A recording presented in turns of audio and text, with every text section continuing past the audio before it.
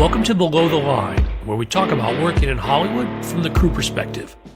My name is Skid. I'm a former assistant director and your host.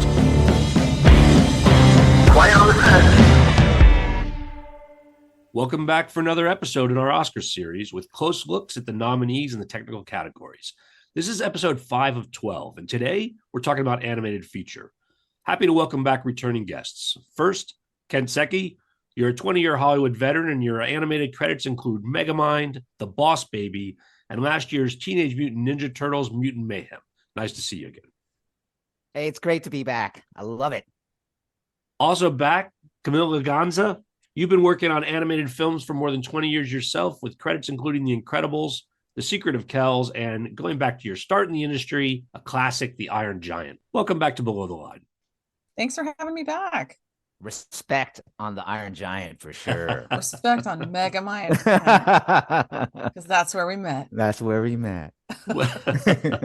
Listeners, you can learn more about Kent and Camille and where they've worked together on the Internet Movie Database. Below the Line has its own page on IMDb, so it's easy to find this episode and click on the names of my guests. Okay, the 5 2023 animated feature nominees are The Boy and the Heron, Elemental, Nimona, Robot Dreams, and Spider-Man Across the Spider-Verse. We're going to discuss them in that order, and spoilers are possible, so consider this a warning. One last note, and I know I'm sounding like a broken record, we like to recognize our below-the-line compatriots by name, but it does mean that occasionally I'm mispronouncing some of them. Unfortunately for me, this is a tough set, so apologies in advance to the nominees. Kent and Camille, you are both welcome to correct me. Without further delay, let's get into it. First, The Boy and the Heron, Hayao Miyazaki and Toshio Suzuki. Boy and the Heron. Okay, let's do this. Miyazaki's last film. Are you kidding me? I mean, it's amazing that that it exists, because I think he came out of retirement to make this film. And then two, like it's his last film. And so I think that there's a lot of folks that are, rooting for this film and just really excited to have seen it. I watched it 2 times. Twice. I did. I know. Because I felt like I was watching this like Miyazaki fever dream. And I don't know how you felt, Kent, when you were watching it, but it was just it's so interesting, but there's so much in it. And it's so bizarre. It is a bizarre movie. It is like and I say this in all the right ways. It is bizarre. And that's not a knock against it either. I mean, it's classic Miyazaki, right? It's this world building, it's time traveling in a weird sort of way, and it has a lot of crazy symbolism. There's the child building blocks that create the world that they go into. There's all these crazy creature human hybrid things. The heron. Heron that I'm going to have nightmares about for the rest of my life. They open his mouth and there's a head inside his mouth that comes out and walks around like this anthropomorphic, like bird suit, like living bird suit of a man that walks around. It's pretty crazy. Human eating parakeets. Right. Human eating parakeets in it. Like it has a little something for everyone, right? In there. But you're right. Like Miyazaki has retired several times, and then he came out of retirement to make this film. Right, that's insane. Like he's retired more than like any sports star, that's any aging athlete that needs one more win. He keeps coming back, and this one was a hit. And he's like the Michael Jordan of animation. I mean, he's so beloved. Yes, like he's been around forever. Like so many classic films. Yeah, he made the breakthrough in the Oscars. He won the Oscar for Spirited Away in 2003 for Best Animated Feature. Yeah. Well, and this is an exciting year. Yes, it really is. And like, I think, Camille, you're 100% correct that like, if this is his last film, he's in his 80s. He is, you don't know if he's going to have another one. You just don't know if that's going to happen because they take so long to make, And I had read that there's a lot of very personal aspects of this particular film that like his family during the war, the World War II, had to move to a different town. His father did work in a manufacturing for the war effort. I think his mother may have even died in a hospital fire or something related. So. I think so. I think I read that too. So yeah, very personal.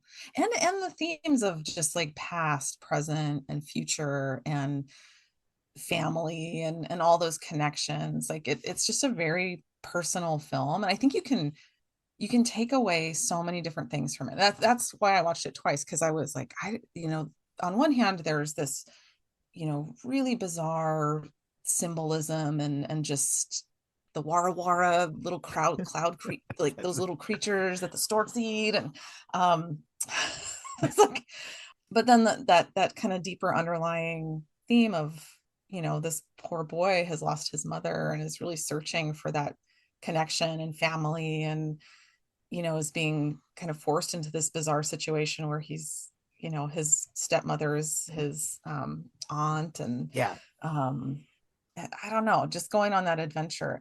It's this weird thing where like there's the redemption arc of the mother with the son. Like there's this whole great thing that happens there where she knows she's going to, like, it's revealed throughout the story, from the story, that she knows she's going to die and that she had disappeared as a younger person, as a girl, and that he meets the younger version of his mother, and that becomes the connection that they make. And it really is, that's the underlying thematic, I think the most important part of this whole story is that moment of like realization that this is his mother. His mother knows that, has gone off in this other world and will still go on and do, like, sort of meet her fate. And like there's something very, very poetic about it. But I think it's an amazing, beautiful, classic Miyazaki film in that way.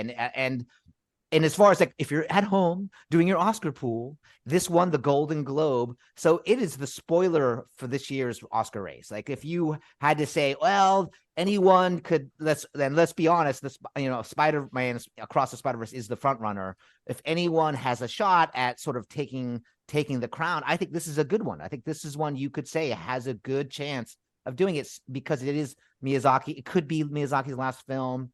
It has garnered the best box office for his run in the US. It is well reviewed, and I think the Academy will have a soft spot for him because of the legendary status he upholds. They just had just maybe a year ago or 2 years ago, they had the exhibit at the Academy Museum, the Miyazaki exhibit. Yeah, it's amazing. It was amazing. I think that there's a lot here going for Miyazaki, and if you haven't seen the film, like, it is a good example of the fantasy or fantastical anime style. Like it's really that kind of film. There were two that were sort of front runners for getting the nomination. It was Suzume and this one did get it. Suzume did not, but this is a great example of that for anyone who's sort of looking at anime as far as something to watch. It's a different kind of animated film content, and it is the representative of anime in this year's collection of nominees. And I would say it is a little darker than his earlier films. I think just with tonally with the themes of death and kind of coming back. But I enjoyed it. I think you saw it twice, so you must know. But I love Miyazaki, and I do think that you can take so many things away from this film just because there is so much going on and there's so much packed into it. And I think probably no matter where you are in your life, you probably take something else away from it, because I think there's just a lot of really beautiful nuances.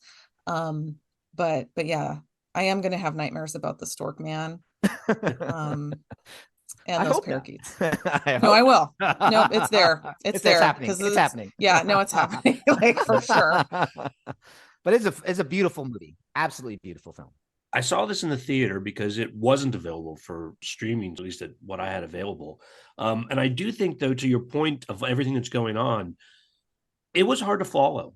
I enjoyed the film very much as all those elements, but I think you have to watch it with some focus. And I think sort of let me go catch an animated film in the middle of the day, not the best approach. Like, you need to go in knowing that you're going to need to stay focused. Maybe you don't go out to brunch ahead of time. I mean, it's sort of, the movie demands your attention, I think, to get the rewards that we're talking about out of it. And I'm not guessing about voting.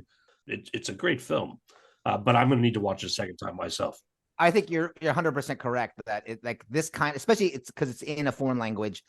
And even if you do watch it with the English version, the dubbed version, it's still, there's a lot to unpack in the film, and it's very deep. So Yeah. as far as like its symbolism and what things mean, and just to follow the story, because it's so much world traversing, the crazy, world that they go into that's in this castle is so fantastical that it's hard to understand. Like there's a point at which there's these literally kids blocks that start to collapse, and then the world starts to collapse, and you have to understand what, you have to fully understand, but you have to sort of be like, oh, there's a cause and effect relationship here that's super important. And the idea of responsibility and duty, and whether or not you do the thing that like would change your life. There's a lot of things in there that are hard to sort of comprehend in a way.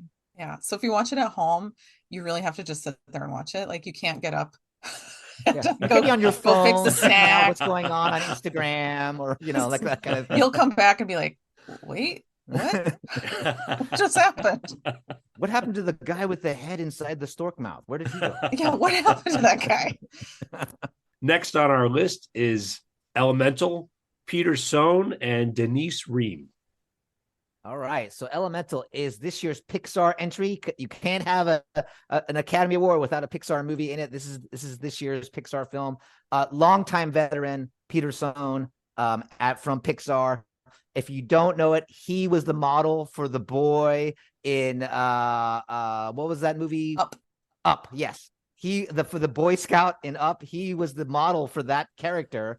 He also he was a story artist there, beloved story artist who moved up to be a co-director on Good Dinosaur, and this is his next film.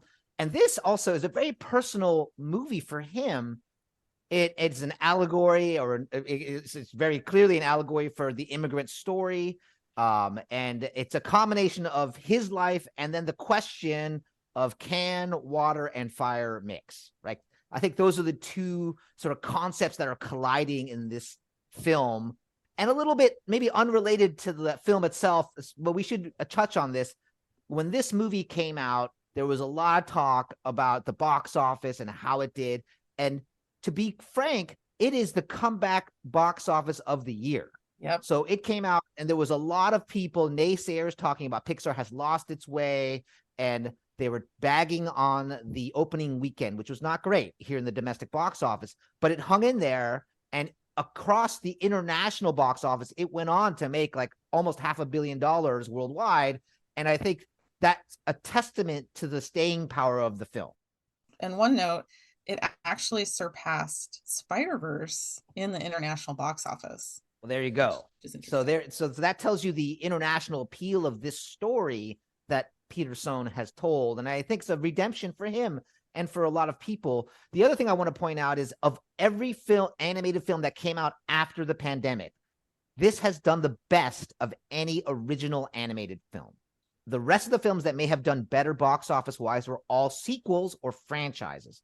So that tells you something about the changing demographic or the changing tastes of, and how challenged the animated feature film box office is. And people lament that there are not enough original content or original, features out there. This is an original feature. And so I think it says a lot that even though it was maybe not maligned is too strong a word, but it was downplayed when it first came out, but it hung in there, and it has, come out and done well, and kudos to the men and women who worked on this film and hung in there with it. And it's great that it has done well. And beyond that, it is a fantastic movie to watch. It is a lot of the Pixar magic is there. I think it should be pointed out that one of the things about Pixar that's amazing is their technical prowess.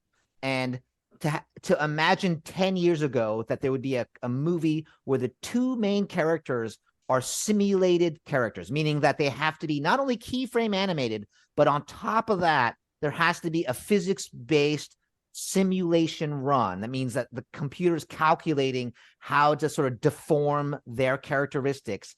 And the whole movie is phenomenal and is an achievement. So when I say that, the main character, Ember, is fire. And so literally every frame is moving of that character. And on top of the emotion and the actual acting, there's this other thing happening that has to work in concert with that. And then her love interest, Wade, is water, which also has to be simulated. Every time that character moves, the water has to react and move in the same way that water. So you buy that these characters are made out of fire and water. So that's amazing to me, that achievement, and should be noted for our viewers, that like watch it. When you watch that film, notice how you can, one, see the acting of those characters, but two, are always aware of what they are made out of. And like that is the classic Pixar thing, to be able to do that. It is such Pixar magic that you don't even think about that when you're watching it. Like it is so well done. And those characters are just so well designed and fit completely into that world that they've created for Elemental. So I just think, kudos to that whole crew, because that is a big world that they built. And I think it took 7 years. I think you're right. I think 7 years to actually come to fruition. Like there was that much development that went into it, that long a time before they felt they were ready. The tools were ready to make the movie itself. And that's one thing about animated films that's maybe more unique to anime, is the long development time and production time. So most films are just a couple of years, sometimes even just less than a year to make. These things take, we're talking, almost a decade here to make this film.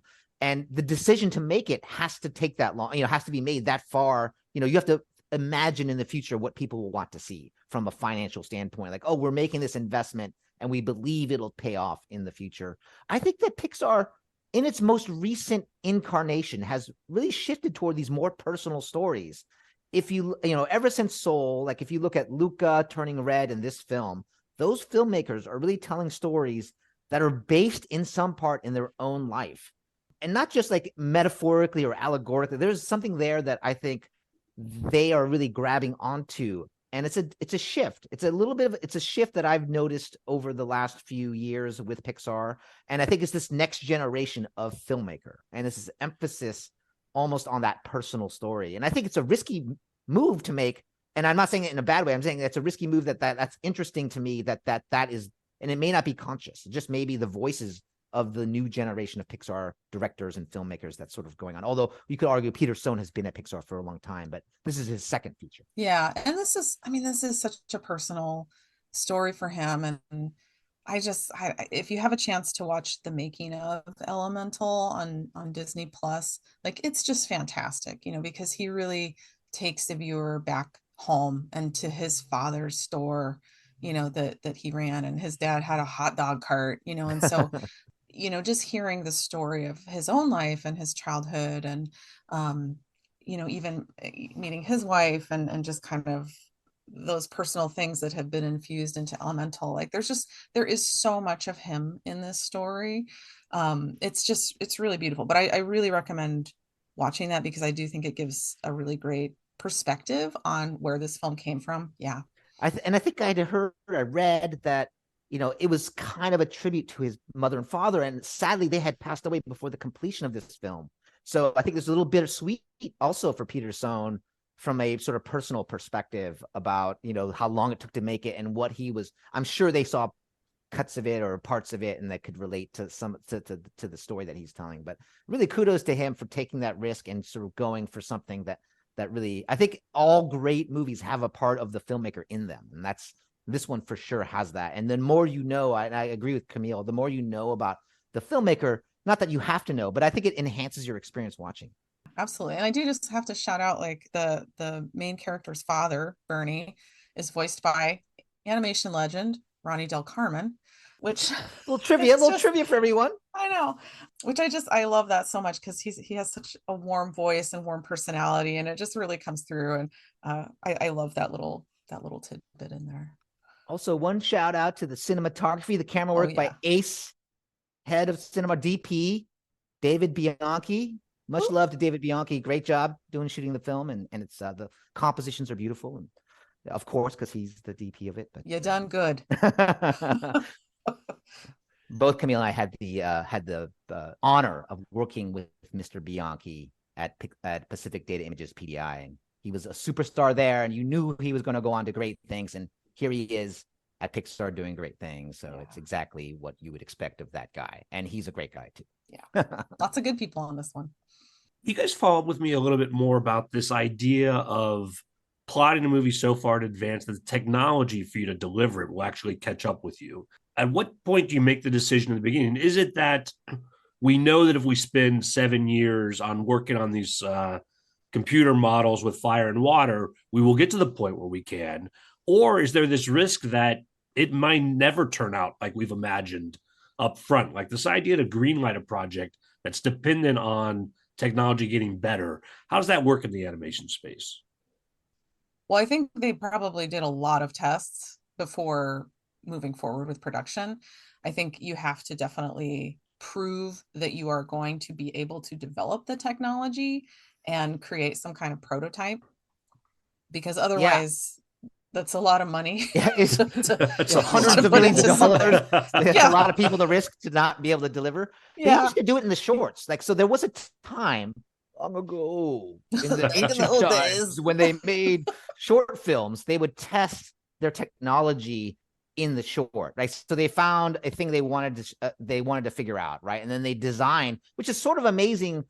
Even though that was the sort of the quote unquote purpose of the short, they would still design a great story around that bit of technology. Now, because shorts don't really increase the revenue of a company, most places have moved away from the short film, but they used to do it that way. So, and Pixar has a big R&D department. And so I'm sure there was this notion of, hey, we want to do this thing. They went back, as Camille said, made a prototype or did some testing, and they're like, oh, okay, we believe by the time we're in production, this will be, ready for prime time. So it is definitely a calculated sort of, like risk. I think when we get to one of our next films, our last film, Spider-Verse, that's a great example of like, they really jumped without the parachute on that one, knowing if the parachute would deploy. Like for sure, the Spider-Verse world, which changed all of animation, even on the first one, they did a test, but the test broke everything. And they just said, well, we'll figure it out. Like we'll force ourselves to figure it out.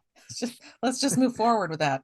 Go for it. It's just so cool. We have to do it kind of thing. Like that was what the result of the Spider. I mean, and I'm saying this very facetiously, but I think there was an element of that in the making of the Spider-Verse, both Spider-Verse movies. And I would imagine the third one as well.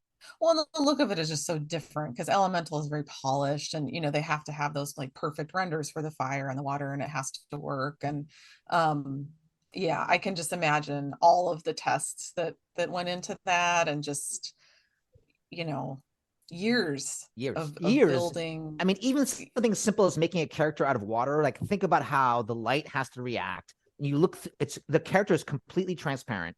And when you look through that character, it's not just transparent. The light refracts, meaning that the light bends as it goes through. So the image you see on the opposite side of the character is warped. And that warping has to be physically accurate, which requires incredible amounts of computation. They call it ray tracing, but the number of bounces that the ray takes, causes this thing to happen. And of course, technology has improved over time, but still, it is not a simple calculation to make. All right. Well, we're going to move on to the third film on our list, Nimona. Nominated team is Nick Bruno, Troy Quane, Karen Ryan, and Julie Zachary. Oh, Nimona. The fact that this film even exists, it should win Here. awards for that. I mean, the persistence award goes to Nimona no matter what. Yeah, and I feel like all the films this year, they're so emotional, and like I just like each one is so different, but Nimona for me, like as a person who has worked in the animation industry for a long time, like this was such a labor of love. And for those of you that don't know, like this was a film that was in production at Blue Sky Studios, which was based on the East Coast, and Disney purchased Blue Sky in the Fox merger. Yes. Okay. They bought Fox and they got Blue Sky with that purchase. Right. But then they decided to shut Blue Sky down. And when that happened, this film essentially got shut down as well. But it was at a point where, okay, I remember when Blue Sky was closing, people were really deep in production on this film. I think 70% done, 70% done in layout, 70% done in layout. The layout department was finished. Yeah. And so there was a lot of heartbreak that, people had put so much time and love into this film, and it was different and just had this, very beautiful story that wasn't going to be told. Yeah. And so I just remember this kind of rippling over the industry, this heartbreak of, wow, Nimona's not going to get made. Cut to Annapurna and Netflix coming in and DNEG animation, and now it's a film. And I think it's just such a testament to the animation industry and the love of this art and storytelling, that all of these different companies were like, no, like we're gonna do this, like we're gonna make this film. A lot of people had to champion it to get it made. Like it was a lot of people's like real effort, not knowing if it would work, not knowing if they could save it. Yeah. And I agree. Well, it's amazing. Yeah, and it's so well done. It's beautiful. It's, if you don't know about Nimona, it was, based on N.D. Stevenson's graphic novel of the same name. And well, in fact, it was a web comic even before they gathered it up. I read it like week to week on the internets back in the, I have to, it's probably on the, what is this thing called the internet you're talking about? www. I love the look of it. I love the medieval futuristic world that they've, created. And then the characters of Nimona, of, herself, she's so, she's so badass and metal. Great voice by Chloe Grace Moretz. Her voice on that character is phenomenal. Like she like nails all the comedic moments in the right way. And it allows, like, when you have those reads, when you have somebody who's actually a great voice actor as well as a great actor, you end up with these reads that help inform the animation. Like that, it's so important. It's absolutely so important that you have that. Riz Ahmed did a great job too as Sir Ballister. I thought he nailed it. But I think, as a film that has, LGBTQ themes in it, but that it's just there. It's just there. I think that's what's great about it. It's just part of the story, right? So this has been in the news a lot lately. It's hard to ignore the cultural war about these kinds of things. But like the fact is, it's just part of the story, and it's not the main part of the story. It's not something that is like, but it's just part of the story and it feels organic to what's happening. And I think that's a great way to sort of do it. And it's one that is well done. It's super well done, and it feels authentic. You care about these characters. You want there to be a resolution in the relationships. It's a beautiful movie. And I think there is some irony, and there was talk about this, that if Disney had held on to Blue Sky, that by the time this movie had come out, it would be changed. Yeah. The studio has a lot of influence. The overriding parent studio has a lot of influence over the final product, the final film. You're constantly getting notes from the studio. They're testing the movie. There's all these things. And especially at the bigger studios like Disney or DreamWorks or Pixar, there's a lot of testing of these movies that happens.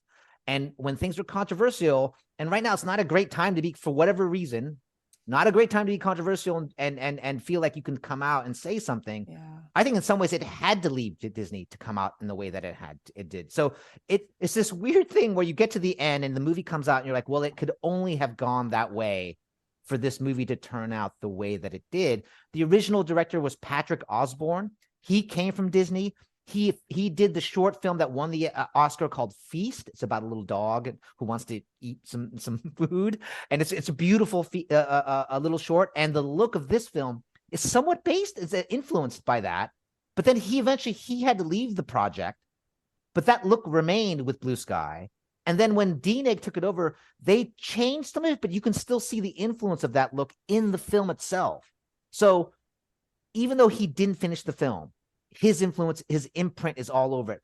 All the Blue Sky artists, because they had taken it to 70% layout and had shots that were finally lit, like their work is still, their fingerprints are on this film. And when you watch the credits, a lot of them are in the credits, which is a testament to the DNEG and Netflix that they included the Blue Sky credits. Yeah. I think that's really fantastic that they're at the end of this film, considering like this was the film that they sort of went out on, right? And were unable to finish. And they worked so hard to make that it's all there in the credits of this film. So I just think that there's a lot here to root for and a lot here to love about the film and the story of how it was made. And of course, the audiences don't know all of this, but the film itself is fantastic. Yeah. And it's a really heartwarming and funny. The comedy is great. There's some great animation sight gags that work in, visual comedy wise. And there's big action, big scale in this film.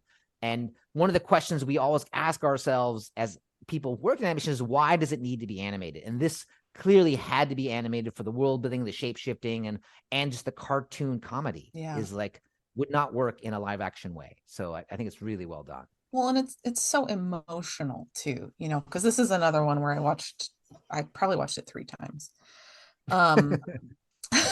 Just so one more. Wow. I think you win the prize for how many times you watched with these animated films. The first time I was like, oh my gosh, it's Nimona, yay. And then, I wanted to kind of refresh my mind. And so I watched it a couple days ago again. And it just, it's funny because a couple years ago, I met this storyboard artist who was like, I love telling stories that like bring you in and then punch you in the gut. And I feel like Nimona is kind of one of those where, you're in it and you're like, oh my God, I'm into this action. But then towards the end, like I'm sitting on the couch just crying. Because it's, you just feel so much for this character and that it's this theme of being accepted and loved and just that wanting that friendship and companionship and that pain that comes out, that scene at the end. Yeah. It's one that tugs on your heartstrings. It's a really fantastic movie. So I would recommend it just on the movie itself being great, but the backstory on how it was made, the true people that championed it and how it came to screen is pretty amazing. Kudos to all of them. Kudos to the many people at Blue Sky who were on it and worked so hard to make it happen.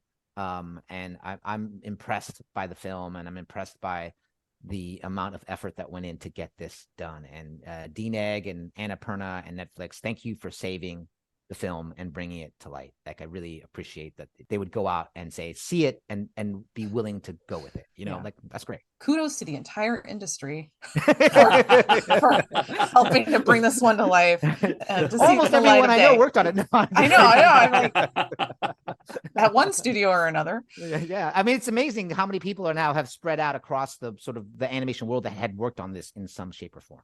Yeah. And I will say one other thing, if you're interested, there was a free PDF online that is the art of Nimona, which is very cool. That is cool. You can dig around on the internet and find that and see some really amazing artwork. I want to follow up on that just a little bit, because while you were talking, I checked myself. So the webcomic ran on Tumblr from June of 2012 to September of 2014. And it was like 1 or 2 pages each time until it came together. He knew it was going to become a graphic novel. Again, looking at the wiki.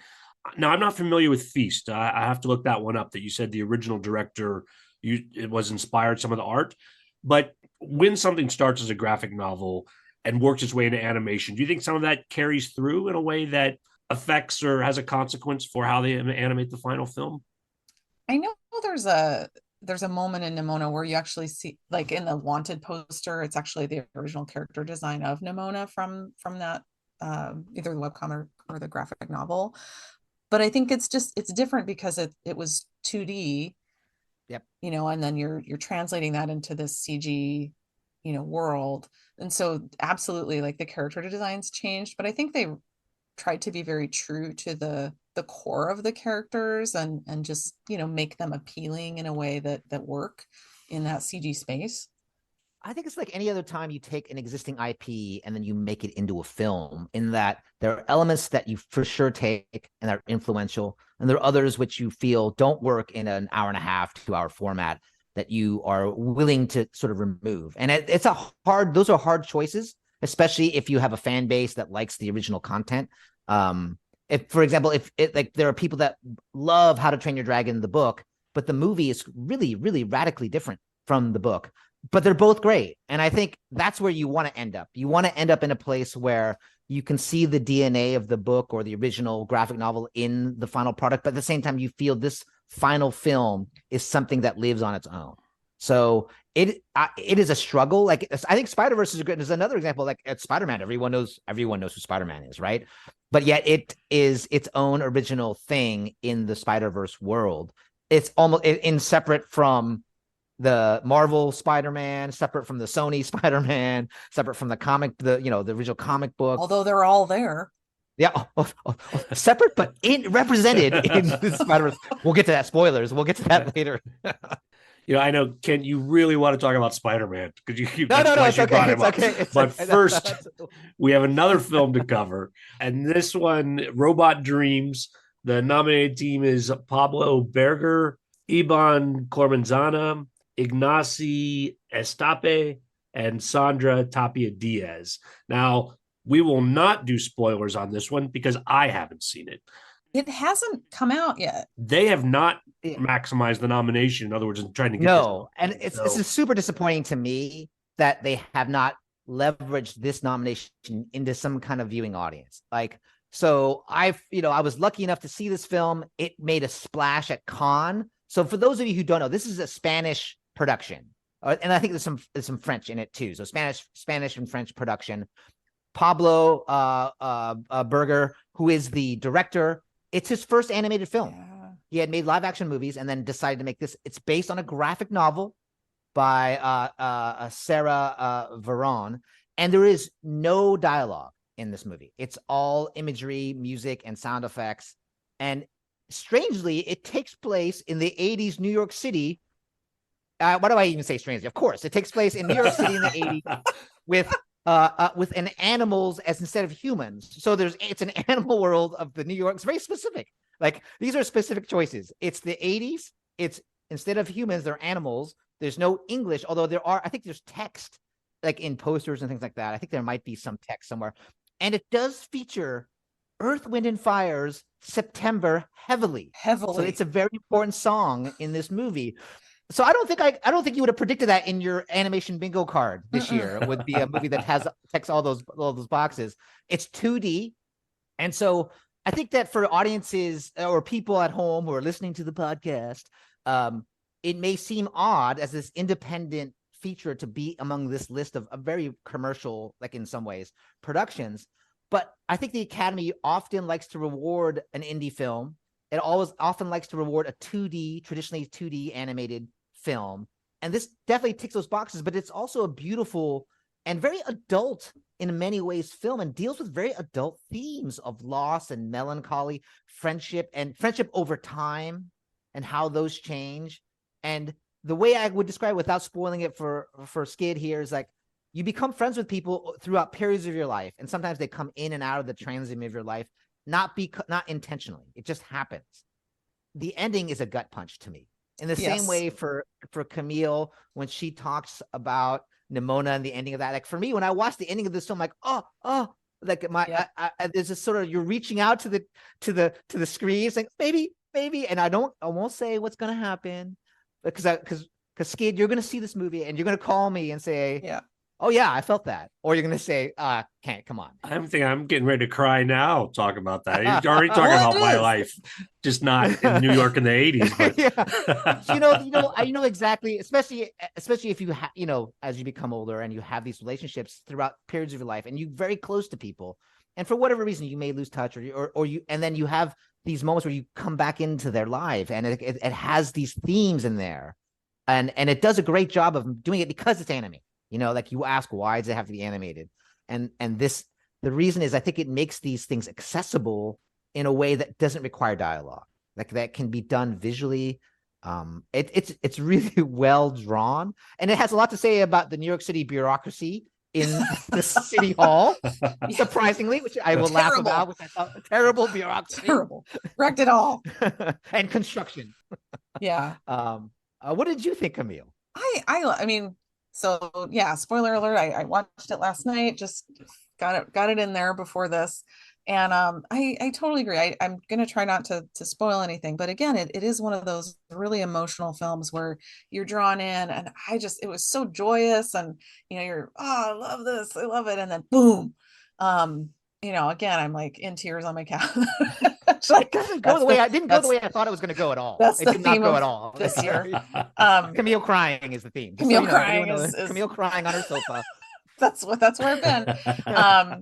But it was beautiful. It was so well done, and I think that's just a testament to the animators you know, that created these characters, and just those simple smiles on these creatures, and just how much you feel, and how emotive they are on the screen. And you know, I think whether it's friendship, or I thought of like first love, you know, where, you know, for whatever reason, you know, that is what it is. But at the end, you're just kind of left with this feeling of wow, you know, I feel like I've been there, you know, I know what this feeling is.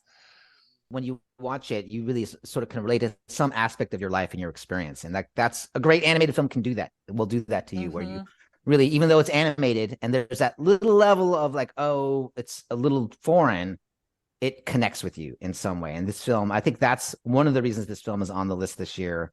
And I know that there may be people who are like sort of wondering, why did that movie make this? Like, if you see it, you won't wonder why. It's a beautiful movie.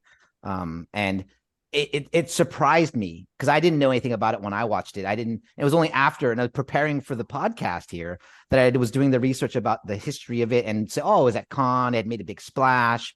And so like it had a splash early last year at Cannes, and it sort of faded away. I mean, I think at Annecy it made another, it was sort of some more momentum there, but then you didn't really hear too much about it. You really didn't, unless you're in the animation community, and I'm in that community. I didn't hear that much about it until the nomination, you know. Yeah. So Yeah, same. I mean, I feel like that was kind of one of those, wow, what is that film? Yeah. Because there were so many animated films that came out last year that you know, they could have chose from, and the fact that Robot Dreams landed on the list was like, oh, what's that?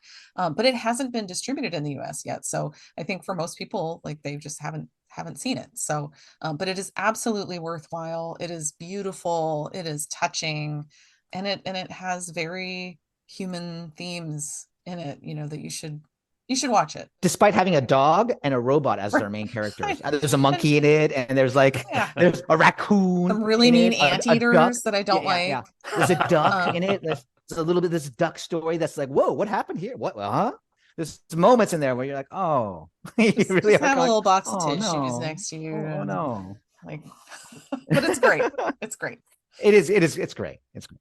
Maybe this is time to revisit a conversation I'm pretty sure we have every year. But the interesting thing about the animated feature nominee is it isn't just because it was a technical achievement in animation or something new in animation. It's really like a best picture for films that happen to be animated. 100%. So it's as much about story and what's delivered. And with this one, again, not having seen it, is there anything about using a 2D approach that itself was revolutionary, or is it really just that this story is so incredible and just happens to be animated that puts it in this category? I think it just happens to be animated. You know, I think it's a very, you know, human story that, I mean, animals and robots are friends participating in us, are friends. And it's in the, you know, but it does, you know, I will say, like, opening shot, it opens and it's boom, New York, Twin Towers. And so immediately, like, no matter who you are, you have this like, oh, this little heart tug, you know, because you're like, okay, this is, you know, this, we're in the past here in New York City. And so it just kind of starts off like that. But I think it hooks you immediately. And that dog is so appealing. Yeah. Just as a you really root for the dog character. You really root for. And I think you're 100% right, Skid, that the animated feature film category at the Oscars, which really is best picture for animated film. There are people in the animation community who are very dismissive of the result, often because it goes to a very commercial sort of film rather than maybe the one that they saw as the best animated feature of the year. And there's almost always some terrible story about, oh, I didn't watch any of the movies, or, you know, my kid picked it. And like that may be true. I'm not disputing the validity of that story or what are those stories that come out every year. But everyone I know in the Academy, when these movies come out and are nominated, tries to see every single one. Like that's important that the audiences should know that, like this, that most people I know, in fact, I don't know anyone in the Academy personally that will vote in a category where they did not see all the nominees. Almost all of them. Yeah. In fact, I don't know a single one that would be like, oh, I flippantly, the vote is super serious. It's super important. I know, to me personally, I will not vote in a category if I do not see all the nominees. I don't think it's fair to the nominees. You have to see every single one. And I think in this category this year, it's really interesting. It is an interesting year. It seems like some years there's a favorite, but this year I think it's pretty open. With one probably heavy hitter, which we're about to talk about, which I'm obsessed with, as Skid has sort of seen on Shem Saber form. But at the same time, I think it was a great year for animated films in that it wasn't a year where like there was a huge front runner, or there was, and then there's all these other films are there too that are really deserving of being looked at. They all have something really special. They're all very different, but they're all just wonderful films. And there were also wonderful films that weren't, nominated in this category. And just as a category, it is something that I think is still, controversial in the animation community, because animation is film. And so why is there a separate category versus, having it be just included in the rest of the live action films? But I think it's nice to have it as a category too, because then people recognize these films, because they do take so long and they do take years and years of people's lives to create. And I think to celebrate that is really important. I think it's good to have its own category. Actually, I'm pro the category, because I think if you don't, then so many get ignored. Mm-hmm. But by having the category, it draws a spotlight onto these kinds of movies that, if you don't know any better, you may be dismissive about, especially in the United States, you may be dismissive about these films. But the fact is, they are sophisticated films that tell stories that can not just be the big knock is everyone thinks animated films are kids' stories. Like, they don't have to be kids' stories. Just because a movie's animated doesn't have to fulfill that or check that box. Again, one thing you mentioned, again, I also agree that it's important that people who are voting on the various categories have seen all the films. I will say, though, if someone is in a crunch and they just want to listen to an episode of this podcast for a certain category, I'll give them a buy on that. Like, if they just couldn't get through, but if they listen to the episode on a given category and want to make some decision from that, again, we're not picking winners, but if from what we've heard and shared informs you, I think that's a legitimate approach to voting as well. That's my opinion, not the Academy's opinion, but all right, moving on to the last film on our list, as advertised, Spider-Man Across the Spider-Verse. And the team is Kent Powers, Justin K. Thompson, Phil Lord, Christopher Miller, and Amy Pascal. And I think Joaquim Dos Santos was also a co-director on that, so I'm not sure where his name is. But what can we say about this film? I mean, this film is the second installment of this Spider-Verse series from Sony Pictures Animation, and it is amazing. Like, let's just face that. I remember 2 years ago at Annecy, they showed a couple of scenes from this that introduced the Spot character, as well as Spider-Woman on her motorcycle, her pregnant like lady, and I was like, I don't know what this is, but I can't wait. Oh my god. And then Hobie too. So the punk. I mean, Spider-Punk steals the show, right? I mean, let's really be honest. He's like, yeah, I know. Well, like coolest animated character of all time, Spider-Punk. I don't know. Let's just say it. I loved the first one. I absolutely loved this one, and I cannot wait for the third installment. Well, this one ends on a cliffhanger, so really can't wait. I really cannot wait. But I just think, again, like Sony Pictures Animation, they broke everything to put this thing together. Yeah. And they broke it again to make this one. And they broke it again to create all these amazing, universes that have very distinct artistic styles. And I just think it's so different, and it has influenced the industry so much. It's so good. I can't even. But it's one of those things where you watch it, and I think for people who might not like animation for whatever reason, like it might take a minute to kind of settle in and kind of understand the visual language of these films, because it is so different. But I think once you're in there, like it just clicks. They make it work. Even though like this one in particular, you've got all these different styles. You've got live action cut in, you've got 2D, you've got CG, you've got collage, you've got all this like Lego animation. Lego from the 14-year-old kid. Yes, famously from the 14-year-old kid in the movie itself. I love it.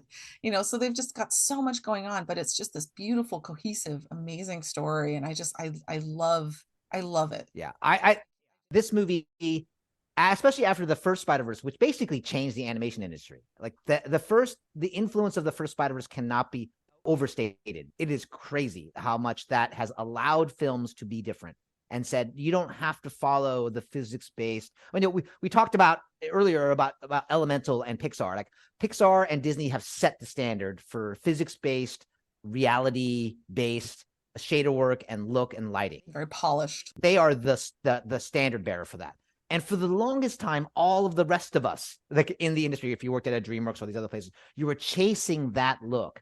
And then Spider-Verse, the first one comes out and it says, no, we're going to do this other thing. And it's a huge hit and it wins the Oscar and it gets the critical acclaim.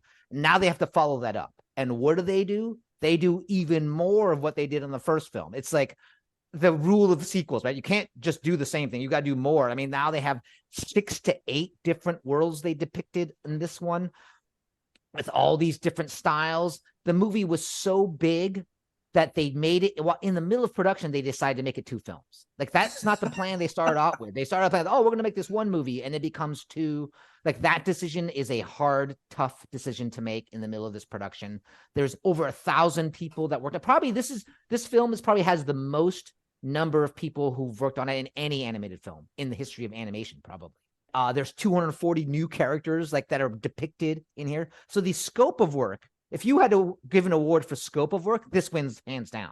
So, but we don't give awards just for scope of work, obviously. That's not what wins the thing. But if you think about the sophistication in the storytelling, so they were the first real big multiverse movie when the first Spider-Verse came out.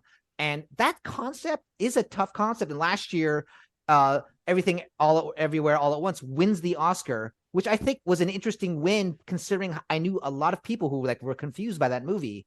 And this one has similar, obviously because of the multiverse, similar themes and consequences and rules and rule breaking that happens in the film.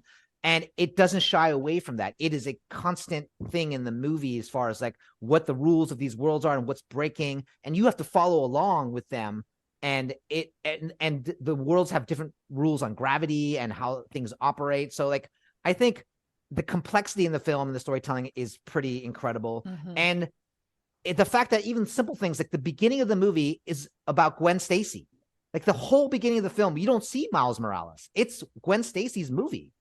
And so that choice is a risky choice. And they decided to go with that, and I think it starts off like really strong in the Gwen Stacy story, and it really understand that character. And then they reintroduce Miles Morales, and even all the twists and turns about, the canon event, like they create this sort of folklore or this rule about the canon event, and to reveal that Miles Morales, that character, spoiler alert, isn't supposed to be a Spider-Man. Like that is huge. That's like a huge twist. But it was so smart. It was so well written, I have to say, because I didn't see that coming at all. I did not and either. I was like, oh my God. Looking around going, did you just see that? Like, what just happened? Oh no. Right? Yeah. Like they set it up so well. Yeah. And you rarely have that kind of surprise in an animated film. Usually kind of like it's, to have that level of surprise is pretty great. It's pretty great, like, oh my God, I didn't see that coming. Yeah. Maybe more sophisticated viewers knew that was going to happen. But I don't know. I don't. I feel like I usually know. And then this one, I was like, "What?" And I went back. I was like, "Oh my God!" Like they told, like it's so well set up. Like the blocks of that story twist are there, but you're not, or I wasn't following it. The Spider-Punk character is amazing, and that look of like that punk, counterculture, like 1970s. Yeah. UK world, zine look is fantastic. It's just something that you have never seen in an animated film. You're like, wow, they really went for it 100%. And then even at the very end, when there's that whole setup of like, oh, Miles going back to his universe, but there's like, I remember watching going, wait a minute, is he going to the right place? And then they reveal he didn't go to the right place, even though you think he did. And the sort of switcheroo on the ending with Gwen Stacy going to his universe and not seeing him there, and then the whole reveal is fantastic, and the choice to end on a cliffhanger, very controversial, I'm sure for a lot of people, and I read things online that some people didn't really like it, but I think they did it well enough where you're excited about the new one, the next one, but it's not all of a downer because you feel Gwen Stacy has rallied the troops and that you can't wait to see them. It's almost like Empire, right? Empire Strikes Back. I say Empire because the audience is going to know what I'm talking about. Empire Strikes Back, the ending of that film, like they're going to get Han, right? Like you have this sense like they're on a mission. It's similar in that setup of Empire Strikes Back, which some consider the best Star Wars movie of that trilogy, right? Like in terms of like how it was made and what it does. And I thought the movie was fantastic. It should be also noted from a technical standpoint that the visual effects of this film, meaning all the Sims and all the world building, was in the short list for both the BAFTAs and for the Oscars. Mike Lasker, the VFX supervisor, fantastic VFX supervisor, getting a lot of kudos, rightfully so, because of the complexity of this film and managing that complexity across the studio and making sure they could land that plane. I mean, I can't even imagine. I mean, usually I can look at a movie and like, oh, I think they did it this way, and this is how I would do this, and like to have all of those worlds and all those art styles and to like manage it to complete on time. And like, I know Mike, he's a great guy. He would treat people well. Just to be able to tick all those boxes and be a great soup and be creatively still awesome. It's not an easy thing to do at all. In fact, the level of difficulty is off the charts, and kudos to him and his team. I'm just thinking of like from the production standpoint, tracking all of the different assets and style, like how, like how did they do that? And I think that's why they needed to have 3 co-directors. Like, so if you really, sometimes people who don't come from animation, well, how can you have 3 co-directors? Why would you do they do any, like, I know that people say these things, but the fact is you have Kemp Powers, who comes with the writing chops, co-director of Soul, co-writer of Soul. So he comes in with a great voice. You have Joaquin dos Santos from Story, who's like a storyboard artist and who can draw and like quickly, mock up sequences and changes in shots. And you have Justin K. Thompson, who was the production designer from the first film on this one, representing the art style with so many worlds. Like all these people coalesce to represent these different disciplines so that they can be represented in the film, that the choices that are made together are right. And you also, of course, Phil Lord and Chris Miller, legendary sort of producer director duo working on this. And they cannot be discounted in sort of the making of this film. Like those 5 people together made this film. Veteran animation editor Mike Andrews on the film. And what he did with editing is, if you watch the opening sequence alone, the cutting with the music with Gwen Stacy playing the drums is a tour de force. It's actually fantastic, and so that editing is so good, So I think there's a lot of people on this film working at the highest levels to produce this content, this movie, this magnum opus that's too big for one film. And I mean, can you imagine if they had tried to fit all of this into just one film? I mean, it would be terrible. It would be awful. It would be like this unwatchable mess of like, what's happening? Who's what? Like, no, like who would you like? Think about this. If you were the filmmakers and you're like, okay, well, we have to shortchange people and make this a 2-hour or hour and a half movie. Let's fit it into 72 minutes. Yeah, let's get into the right size of the box so that we get enough views per day, and that way we'll make a lot of money. And we can't afford to make 2 movies. We'll make one. That's kind of nonsense. But we also don't know what the third movie is going to be. Like they might resolve all the good stuff in the very beginning of the third movie, and then it's waiting for Godot for an hour happy and a half. It's like, oh, they could have probably tightened that up, but we don't know. All I'm thinking is, thank God they thought it was going to be one movie, because I don't want to wait 7 years while they decide to make a thing. Let's make a third movie on this. I mean, the space between the first and second weren't that long, right? Like it's only compressed time between those. Yet still, to your point, Camille, we're seeing an advance on the technique and I presume some of the technology as well to make these new worlds as new as they are in that short period of time. Yeah, absolutely. I mean, the Gwen Stacy world that has like watercolor falling down, like actively moving in every shot. Oh my God. The line work, I think they came out with new ways to do the line work that's in there, that the comic book outline work that was going on there. Leveraging all of the Ben-Day dot depth of field rendering that they did in the first film. But I think these kinds of movies require such innovation. They had, I think Sony, so it's Sony Pictures Animation using Sony Pictures ImageWorks. So Sony Pictures Animation exists in Culver City. They are the sort of the hub of this all. They are the creative sort of nexus point. But then they send the final shot work, all the animation, everything after like story and edit basically goes to Vancouver to the Sony Pictures Animation Studios, where Sony Pictures ImageWorks Studios, which they actually do the shots. And I think that because they did the first one, they had the confidence to take the risks on the second one, you know? So the first one, they break all the rules. And like, I don't know if I could, actually, I know enough people to know they didn't know if they could pull it off, but they went for it 100%. But that gives them the confidence to do it even more so on the second film, you know? And that's what happens is you're emboldened by those choices. Like you allow yourself to take that risk. And they for sure did that on this second film. Well, and I'm so excited to see the third one, but also just what comes next from Sony, you know, because I feel like they've raised the bar. You see it bleeding out to their other films. In Vivo, you saw elements of it. In Mitchell's versus the Machines, you saw elements of this. Like they take the parts that are right for that movie.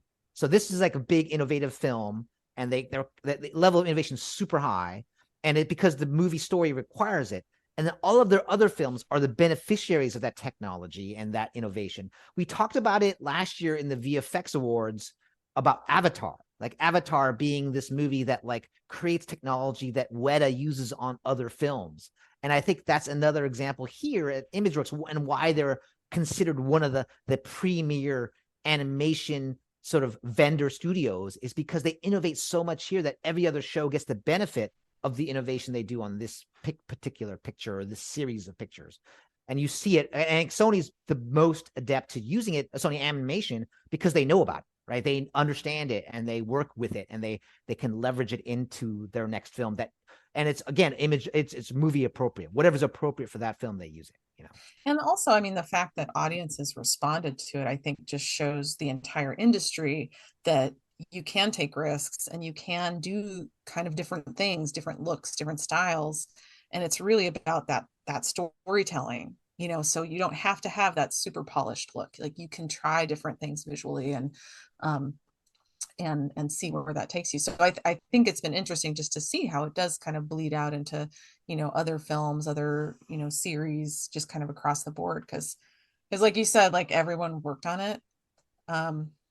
Like 1,000 people. 1,000 people worked on it. I mean, I think, you know, personally, from my experience, like I think that the Spider-Verse world has allowed like Teenage Mutant Ninja Turtles to look the way it does. And that's sort of the way I sort of talk about it in the context in which I talk about Turtles is that we did this whole and specifically it was Yashar Kasai, production designer, Arthur Fong and Tiffany Lamb, the art directors. They created this teenage drawing style that wasn't questioned by the studio, that was embraced by the studio. And I think had Spider-Verse not come out, there would have been lots of questions like, I don't know if that's going to work. Are people going to like that? Are they going to respond to that? Maybe we should be more like this other traditional style. And so I think that's the thing that's beautiful about this movie, these movies, is it allows you to say, hey, those guys did it. And they not only were successful, they made something creatively amazing. And that allows permission to take those risks. And I'm forever grateful to everyone at ImageWorks and SPA for pushing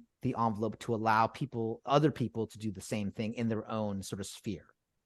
Well, it's exciting to see the technology just improve and just what they can do and, you know, what's possible and just pushing the envelope, you know, to these places that we haven't seen before. And I don't know, just so many interesting things in this film, but I can't wait for the next one. Yeah. I'm like ready to see it today. I mean, here's the thing. Would you have predicted Indian Spider-Man embraced by the world? Like that was amazing. That was amazing. I lost my mind. I would, and by the way, like I do not consider myself like a comic book Spider-Man person. What? I know. I don't know. But I love that they made me this Spider-Man person. Because I mean, even at the end when it's all bananas with all the different Spider-Men and Spider-Women and Spider creatures, and that one moment where they're all pointing at each other, you. I was like, you're killing me. Yeah. Like, you basically killed me. Camille's on the ground. She's She's on the ground. That's I am on the floor. Like, and I'm not crying. Yeah. Unlike every other film, I was This one, you're not crying. You're not crying on this one. So, you're just on the floor. You're prone. You're prone Yeah. on the floor right now. I was like, oh no. That's how that one went. That's how, oh no. Yeah. Oh no. When is the third one happening? I just love the personality of the Indian Spider-Man. That character was so charming and funny and overconfident and cocky in all the right ways that just like was super funny. And I have an appreciation for the lift on these films and like and how difficult they are to make and then to manage and then all the stories about it. And I know there are other stories about sort of how it was made that maybe is somewhat derogatory, but the fact is it was all in service of making it the best movie possible. And I think that there's a relentlessness about the filmmakers and specifically Phil Lord and Chris Miller about like, we cannot be satisfied until we know we have done everything we can to make the best movie possible. And I appreciate that. I think that influenced the director of Teenage Mutant Ninja Turtles, Jeff Rowe, who worked with them on Mitchell's versus the Machines. And I saw it almost every day in sort of his approach to ensuring that Turtles was the best it could be. And I loved working for him because of that, because it afforded me permission to be that way and to question myself and to not be precious and to sort of look for the better thing that the film called for. And I think that's what you see in Spider-Verse is that relentless filmmaking. Yeah. Here. And I think these are films that, 20 years from now, all these people that have worked on it. I mean, this is one that you look back on and this is one of the best ones, I think, to have worked on, one of the series that just has changed something. It's a seminal film in the history of animation as far as like the first canon Spider-Verse. event. It's a canon event. The first one is a canon event in the history of animation in our universe. Before we move on, I want to revisit quickly, Camille, what you said earlier about Joaquim dos Santos not being recognized with the nomination list. And we won't go deep into it now, but the Academy has these somewhat arbitrary and completely arcane rules about who gets represented and how many representatives there can be. And that sort of stuff seems to have been in effect here. And I don't know, I wonder whether they'll revisit that, something like that, when someone who clearly is a big part of this is not on the nomination list, although we've recognized him here and hopefully pronounced his name right as well. I just feel badly for him because if you have the title of co-director, you are putting in the work. Like that is it, and especially on a film like this, where it requires so many people and such a high level of complexity. So my heart goes out to, I don't know him, Joaquim dos Santos, but I recognize you and I applaud your effort. And I think it's a shame. That's really what I can say about that. First thought, I was going to compare it to Best Picture, which is producers, and being a director does not necessarily have you on the list of people recognized for Best Picture unless you are a producer. And so that can get complicated, but the rules around animated films are even more complicated. Like, we will not try to summarize them here. Listeners who are interested should do a Google search on that. But yeah, it was very complicated, but came up very quickly. You're not the only ones thinking about it.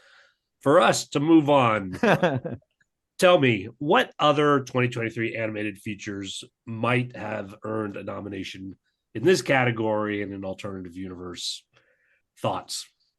Well, I certainly think Teenage Mutant Ninja Turtles should have been nominated. Oh, thanks, Camille. I appreciate that. It was great. My list as well, Ken. And again, we did a really great in-depth podcast about it back when it was in theaters. And so folks, that was so much fun, Skid. We encourage folks to watch the movie and hear more about the behind the scenes. But I really enjoyed that film as well. Well, thanks. I feel like the movie got a lot of love, and I like I said, everything else is gravy, and sometimes you win and sometimes you lose, and that's just the way it goes, and you sort of that's okay. And I loved all the movies on the list, so it's not like I can say, well, that movie didn't deserve to make it. Like they all deserved it. So it was a great year for animated films. If you were like looking for something that was off, maybe not the usual, like you had the big blockbuster Spider-Verse, right? But like at the same time, you had these other films that maybe, you could miss if you didn't know about them. And I encourage everyone to see those films. A movie that I saw that surprised me was another Japanese anime called Blue Giant. and it's about jazz. It's a movie about, I'm not a jazz fan. I'm not a jazz hater, but I know nothing really about it except for I loved Whiplash and I thought that was amazing. Oh, yeah. But it's a movie about a musician who moves to Tokyo to become the greatest jazz musician, or the one he can be. And it surprised me because it has these moments where it goes into him playing, music, and it spins out in these beautiful interpretations of music through anime. And I just thought it was pretty great. And like I said, you don't have to be a jazz fan, because I am not, and to appreciate that film. And I thought it was great. Blue Giant. I would recommend seeing that film. I think it was really, really fantastic. If you want something that has an incredible look to it, The Peasants is an oil painted animated film by the same people that did Vincent, the one several years ago about Vincent van Gogh's life, where it was painted in the style of Vincent van Gogh. It's a very adult movie in terms of its themes and what it's about, and it's a little hard to watch because of it, in terms of like there's bad things happen in the movie. But from watching it, the way the technique they used, they filmed the live action version of it and they painted on top of it with oil colors, and they had lots of artists do individual paintings, and it's beautiful. It's like a stunning come to life oil painting is really what it is. Those are the two that sort of like are maybe people may not know about that I think are worth checking out for sure. Yeah, I was just looking through the list, and I mean, there were so many films that came out. I feel like most of them I watched with my daughter. Anything else that made you cry, Camille? Anything else that had you crying on the Yeah, couch? No, they're kind of all on the list on the list. But we really enjoyed Chicken Run, Donna the Nugget. The sequel to the original Chicken Run, to the beloved Chicken Run. I'm Aardman. kind of I love Aardman. I love stop motion animation, and I just think like the craft of it is so beautiful and well done. But that was a really beautiful one. One thing that I do want to mention that happened just maybe it was a week ago, which I'm very sad about, is that Mark Gustafson from Shadow Machine won the Best Animated Picture Award with Guillermo del Toro for Pinocchio, passed away suddenly and unexpectedly last week. An amazing, storied animator director, came from Will Vinton Studios, moved up, literally started sweeping the floors there, and then it's a great success story. Became the co-director on Pinocchio and started Shadow Machine. I think he was one of the founders of Shadow Machine. I actually met him in December. I got to fly out to Shadow Machine to do a presentation about turtles, and he could not have been more gracious or more kind and generous with his time. I got to see the sets from Pinocchio. It was great. But So when I cool. saw that in the news, I was so saddened and shocked by it. And really, that's a real loss for the animation community, obviously for his family and friends and for Shadow Machine. And my heart goes out to all of them. Real loss there. Yeah, same. Well, I appreciate that shout out. On that note, guys, we're going to call it a wrap. Great having you guys both here once again. Thanks for having us. Yeah, thanks for bringing us back again. It was awesome to talk about these movies. Can't shut us up. We love it. I love it. Listeners, don't want to shut you up either. I always appreciate your feedback. You'll find my contact info at our website, below-the-line-one-word.biz. That's B-I-Z. If you enjoyed this episode, you're going to enjoy all the Oscar episodes, so please subscribe. We'll drop another one in 3 days' time. My closing credits, thanks to Curtis Five for our music and John Wan for our logo. The logo is available on t-shirts, mugs, and stickers at redbubble.com. To all of our listeners, I appreciate you. Please rate us wherever you get your podcasts and tell your friends. Thanks again from Below the Line.